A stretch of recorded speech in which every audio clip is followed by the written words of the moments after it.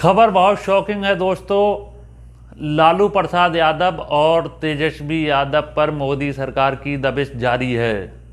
लालू प्रसाद यादव और तेजस्वी यादव से जुड़े लोगों पर दिल्ली एनसीआर के इलाकों में कम से कम 15 जगहों पर रेड मारी जा रही है। और ये ना भूलें कि लालू प्रसाद यादव की तबीयत खराब थी, बावजूद इसके सीबीआई ने उनसे जांच की। जब उनकी बेटी रोहिणा आचार्य ने कहा था कि देश की जनता सब याद रखेगी। लालू प्रसाद यादव को किस तरह से टॉर्चर किया जा रहा है। भारत ऐसे में एक स्वस्थ लोकतांत्रिक देश है, ये सवाल हैं, इनके जवाब दिए जाना बहुत जरूरी हैं।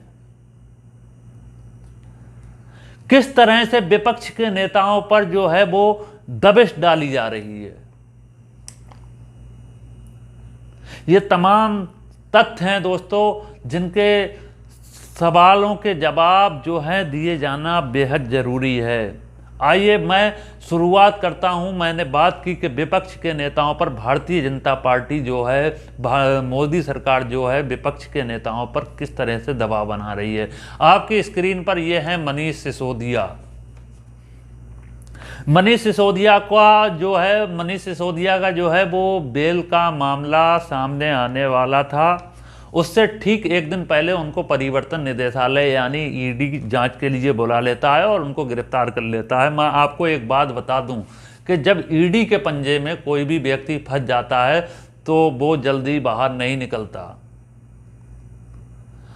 क्योंकि ईडी की गिरफ्त में पहुंचने के बाद बेल मिलना मुमकिन नहीं, नामुमकिन बन जाता है। और मैं आपको बता दूं कि भारतीय जनता पार्टी किसी ना किसी मुद्दे पर मनीष सिसोदिया को उलझा कर रखना चाहती है। 6 महीने तक बेल नहीं मिलने वाली मनीष सिसोदिया को। मैं आपको बता दूं कि केसीआर की बेटी जो हैं के कविता 11 तारीख को अबकारी मामले में उनसे पूछताछ होने वाली है। आरोप क्या है कि कविता के ऊपर के परिवर्तन निदेशालय ने उनके ऊपर आरोप लगाया है कि उन्होंने आम आदमी पार्टी को 100 करोड़ की रिश्वत दी। यानी कि अब के कविता के ऊपर भी परिवर्तन निदेशालय की तलवार लटक रही है। मनीष सिसोदिया की बात कर लेता हूं कि मनीष सिसोदिया को जो है वो गिरफ्तार क्यों किया गया है, जांच एजेंसियों का क्या कहना है, तो मैं आपको पढ़कर बताना चाहता हूं। जांच एजेंसियों ने आरोप लगाया कि सिसोदिया अपने जवाब में टाल मटोल कर रहे थे और जांच में सहयोग नहीं कर रहे थे। दिल्ली में वर्ष 2021 के लिए बनाई गई और अब रद्द की जा चुकी आबकारी नीति को तैयार करने और इसे लागू करने में ईडी ने सिसोदिया से पहले दौर की पूछताछ 7 मार्च को की थी। कथित भ्रष्टाचार के सिलसिले में केंद्रीय अन्वेषण ब्यूरो सीबीआई द्वारा 26 फरवरी को गिरफ्तार किए जाने के बाद सिसोदिया फिलहाल न्यायिक हिरासत में हैं। मैं आपको बताना चाहूँगा कि 7 मार्च को उनको बेल मिलने वाली थी, लेकिन सीबीआई ने कहा कि अब वो न्यायिक हिरासत में है, यानी परिवर्तन निदेशालय के हवाले कर दिया जाता है। अब आप कुछ चेहरों पर गौर कीजिए। आपकी स्क्रीन पर यह है सत्येंद्र जैन, संजय राउत, अनिल देशमुख, छगन भुजबल और अब मनीष सिसोदिया। ये वो लोग हैं जिनको बेल के लिए बड़े बड़े लंबे सामने का अरसा करना पड़ा है। और मैंने पहले ही कहा था कि परिवर्तन निदेशालय जब किसी पर अपना पंजा रख देता है तो बेल मिलना बहुत मुश्किल हो जाता है। आइए मैं बात करता हूं सत्येंद्र जैन की। पिछले 9 महीने से उनको बेल नहीं मिली है। सत्येंद्र जैन को पिछले 9 महीने से बेल नहीं मिली। संजय राउत की 101 दिन के बाद बेल मिली। अनिल देशमुख 13 महीने के बाद बेल मिली। छगन भुजबल 2 साल के बाद बेल मिली। ये तमाम चेहरे हैं जो परिवर्तन निदेशालय जिनके पीछे पड़ गया और जिनको बेल नहीं मिलती है, अब मनीष सिसोदिया इनके अंडर में है और मनीष सिसोदिया को बड़े लंबे तक इसका इंतजार करना पड़ेगा बेल मिलने का। लेकिन अरविंद केजरीवाल ने इस पर करारा हमला बोला है। मैं आपको आपकी स्क्रीन पर दिखाना चाहता हूं कि अरविंद केजरीवाल ने क्या कहा है। अरविंद केजरीवाल का कहना है कि मनीष को पहले सीबीआई ने गिरफ्तार किया, सीबीआई को कोई ऐसा सबूत नहीं मिला, रेड में कोई पैसा नहीं मिला, कल बेल पर सुनवाई है। कल मनीष छूट जाते तो आज ईडी ने गिरफ्तार कर लिया और उनका एक ही मकसद है, मनीष को हर हालत में अंदर रखना, रोज नए फर्जी मामले बनाकर। जनता देख रही है, जनता जवाब देगी। और यही बात आम आदमी पार्टी के सांसद संजय सिंह ने भी कही। संजय सिंह ने क्या कहा है, मैं आपको पढ़कर बताना चाहता हूं। मनीष सिसोदिया जी के खिलाफ कोई सबूत नहीं मिला है। मोदी का मकसद केजरीवाल और आम आदमी पार्टी को बदनाम करना है। लाखों करोड़ों का घोटाला करने वाले अडानी को साथ लेकर घूमते हैं। जितना बड़ा भ्रष्टाचार वो बीजेपी में उतना ही बड़ा पदाधिकारी। और ये बात बिल्कुल सही है। मैं संजय सिंह की इस बात से बिल्कुल सहमत हूं, क्योंकि अगर आप भ्रष्टाचारी हैं, आपके ऊपर कितने बड़े बड़े केस दर्ज हों और आप भारतीय जनता पार्टी में शामिल हो जाएं तो आपके सारे मामले जो हैं वो उड़न छू हो जाते हैं।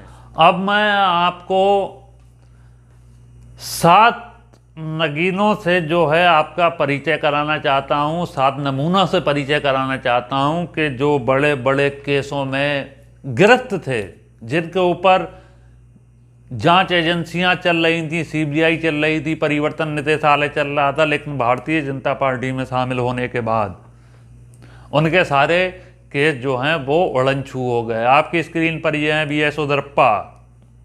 बड़े बड़े खनिज घोटाले, एजेंसीज की जांच भी चल रही थी, लेकिन जैसे ही भारतीय जनता पार्टी में शामिल होते हैं मामला उड़न छू हो जाता है। आपकी स्क्रीन पर ये हैं कर्नाटक के रेड्डी बंधु। इनके ऊपर मामला था 16,500 करोड़ के खनिज घोटाले में शामिल होने का, लेकिन जैसे ही ये भारतीय जनता पार्टी में शामिल होते हैं सारे मामले खत्म हो जाते हैं। रेड किन पर मारी जाती है, जिनके पास कुछ नहीं मिलता। मनीष सिसोदिया पर, संजय राउत पर, इन लोगों के ऊपर रेड मारी जाती है, लेकिन इनके पास 16.5 करोड़ रुपए की जांच चल रही थी, लेकिन भारतीय जनता पार्टी में शामिल होने के बाद सारा मामला जो है वो दबा दिया जाता है। आपकी स्क्रीन पर ये हैं शुभेंदु अधिकारी।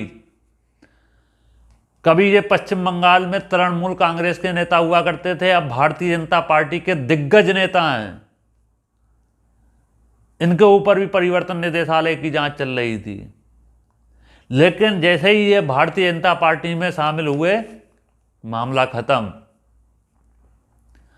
क्योंकि इन लोगों के ऊपर जांच नहीं की जाएगी। अगर जांच चल भी रही थी तो उसको एक रहस्यमय तरीके से छुपा दिया जाता है। आपकी स्क्रीन पर ये हैं हेमंता बिस्व शर्मा। याद कीजिए, जब ये कांग्रेस में हुआ करते थे तब भारतीय जनता पार्टी की जांच एजेंसी इनके ऊपर छोड़ी गई थी और इनका भी एक बड़ा दिलचस्प इतिहास है। हेमंता बिस्व शर्मा के ऊपर भी रेड डाली गई थी। हेमंता बिस्व शर्मा एक ब्राइबरी घोटाले में शामिल थे, लेकिन जैसे ही वो भारतीय जनता पार्टी में पहुंचे मामला खत्म। एक रहस्यमय तरीके से सारे मामलों को दबा दिया जाता है और जैसे ही भारतीय जनता पार्टी में शामिल होते हैं असम के मुख्यमंत्री बना दिए जाते हैं। अब आपकी स्क्रीन पर ये हैं नारायण राणे।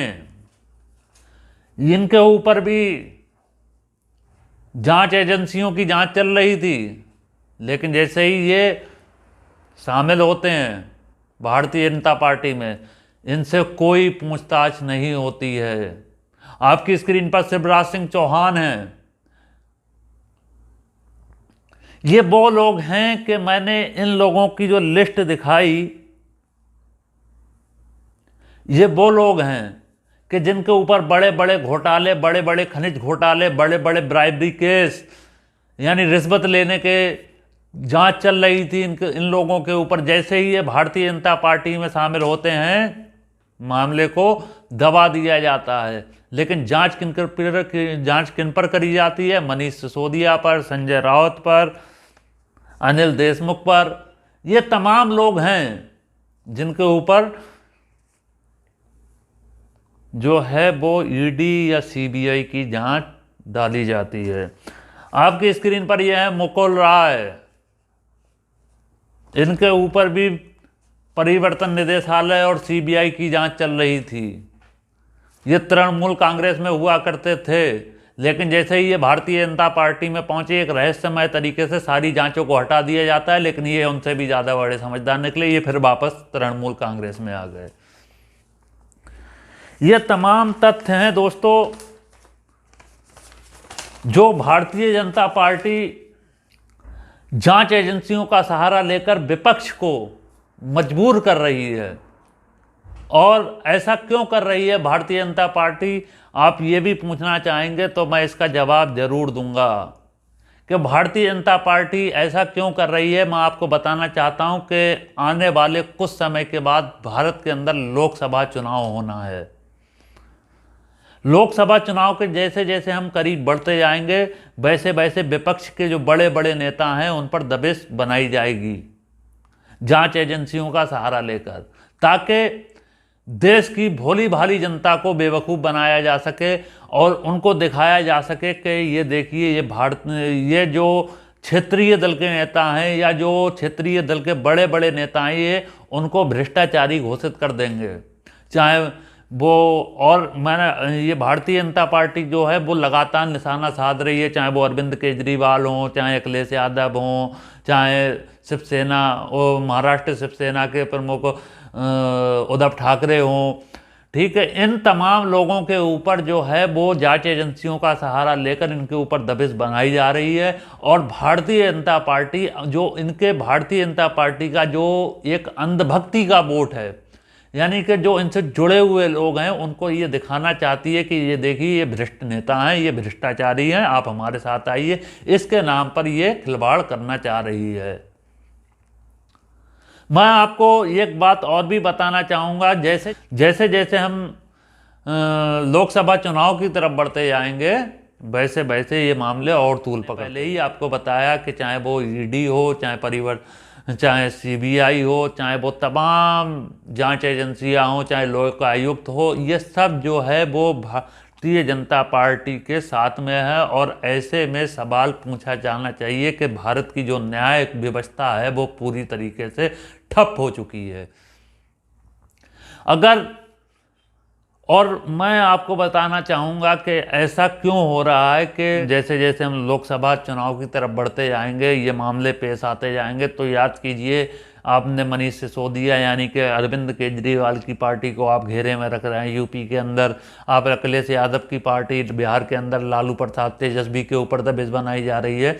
इस तरीके से ये तमाम मामले जो हैं वो तूल पकड़ रहे हैं। तो इससे साफ जाहिर हो जाता है कि भारतीय जनता पार्टी अपने देश के अंदर लोगों के जहन में यही बात डालना चाहती है कि ये तमाम जो विपक्ष के नेता हैं ये भ्रष्टाचारी हैं।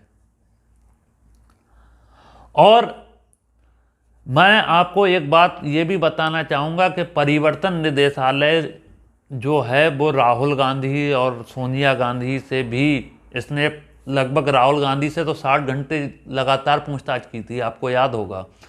सोनिया गांधी का स्वास्थ्य जो था वो खराब चल रहा था, लेकिन अब लालू प्रसाद यादव की तबीयत खराब है, लेकिन फिर भी उनसे जांच की जा रही है।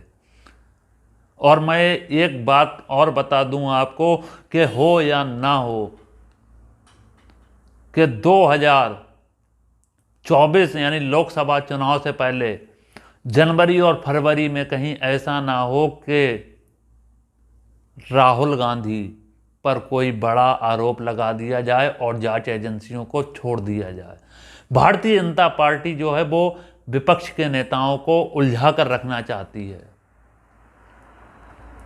क्योंकि जिस तरीके से हालात सामने आ रहे हैं, जिस तरह से राहुल गांधी कैम्ब्रिज और लंदन में हैं और जिस तरीके से उनके ऊपर सवालिया निशान खड़े किए जा रहे हैं, उससे साफ जाहिर हो जाता है कि आने वाले समय में जब जैसे जैसे हम लोकसभा चुनाव के तरफ बढ़ेंगे, विपक्ष के नेताओं को दबाया जाएगा, जांच एजेंसियों का सहारा लेकर, सीबीआई का सहारा लेकर, परिवर्तन निदेशालय का सहारा लेकर।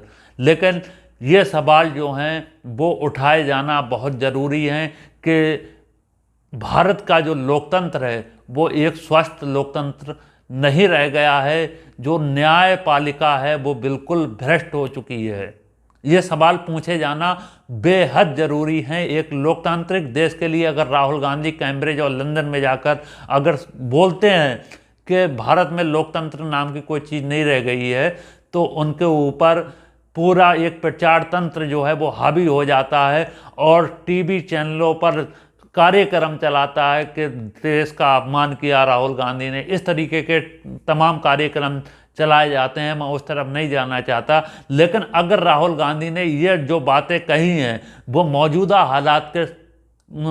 हालात में देखी जाएं तो वो तमाम बातें सत्य हैं और तथ्यों के ऊपर आधारित हैं, क्योंकि लोकतंत्र के अंदर हर व्यक्ति को हक है अपनी बात कहने का, अपनी आवाज़ उठाने का। लेकिन आपने देखा कि अगर भारतीय जनता पार्टी में बड़े बड़े घोटाले करने के बाद आप शामिल हो जाते हैं तो सारी जांच एजेंसियां हटा दी जाती हैं। लेकिन अगर मनीष सिसोदिया, जिनके पास कुछ नहीं मिलता, संजय राउत, लेकिन इन लोगों को बेल नहीं दी जाती है। लेकिन जैसे ही भारतीय जनता पार्टी में पहुंचते हैं, आप बॉसिंग मशीन में जाने के बाद एक तरीके से धुल जाते हैं। भारतीय जनता पार्टी एक बॉसिंग मशीन बन गई है। लेकिन सवाल लोकतंत्र के नाम पर पूछे जाना बेहद ज़रूरी है। मैं इस मंच से लगातार सवाल पूछता रहूँगा सत्ताधारी पार्टी से। अगर अभी तक आपने हमारे चैनल को सब्सक्राइब नहीं किया है तो हमारे चैनल को सब्सक्राइब करें,